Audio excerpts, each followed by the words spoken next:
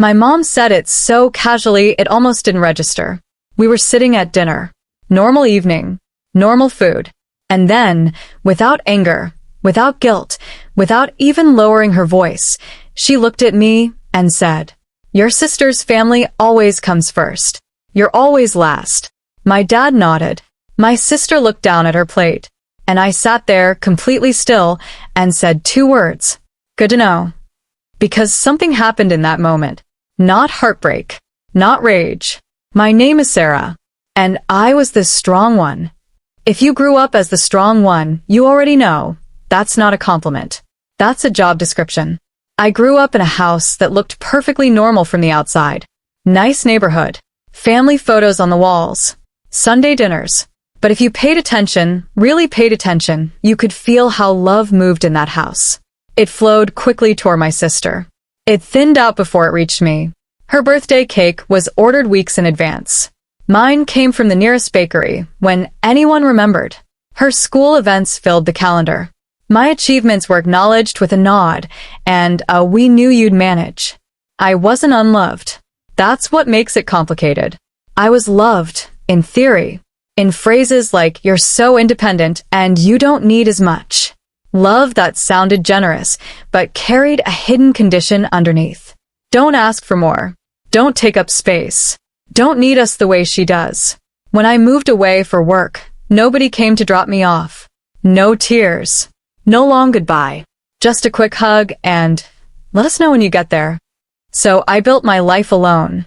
Paid my own bills. Figured everything out myself. And every time I succeeded, it quietly confirmed the story they told themselves. "See? She's fine. She doesn't need us." Then came the phone call. My mom's voice, tight, rushed. "Can you come home this weekend? We need to talk." I already knew the language. Urgency without details meant one thing. Something financial had gone wrong. When I arrived, the dining table was buried under bills and notices and contracts. My sister sat stiff on the couch. My dad avoided my eyes. Nobody asked how I was. Nobody offered coffee. My mom started talking fast. A business decision that didn't work out, payments delayed, contracts signed with too much optimism and too little margin. She kept using the word temporary, like repeating it might make it true. Then came the pause, the collective inhale.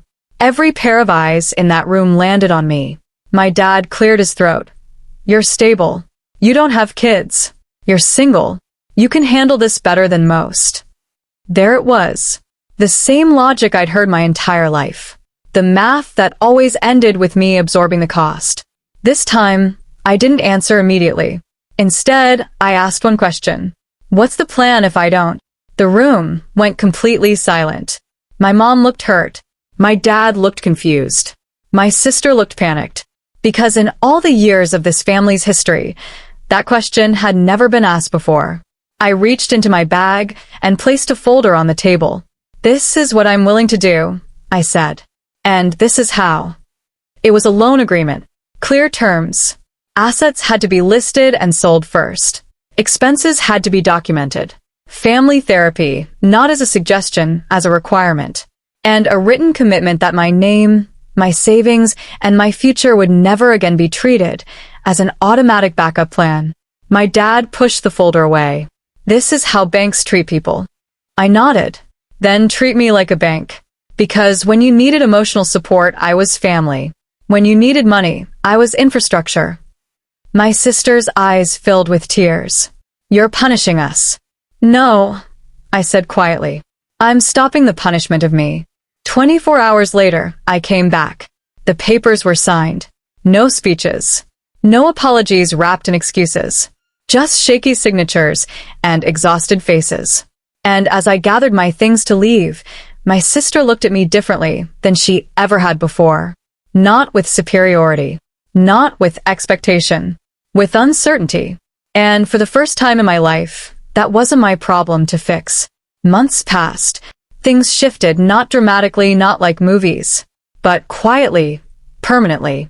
My mom calls now to ask how I am, not what I can do. My sister texts without a request attached. I sleep better. I don't flinch when my phone buzzes. And one evening, sitting alone in my apartment, something simple settled in my chest. For the first time in my life, I wasn't waiting to be chosen. I had already chosen myself. And that changed everything. If this story felt familiar, drop a comment. Tell me when you finally chose yourself. And if these stories help you breathe a little easier, subscribe. The next one is already waiting for you.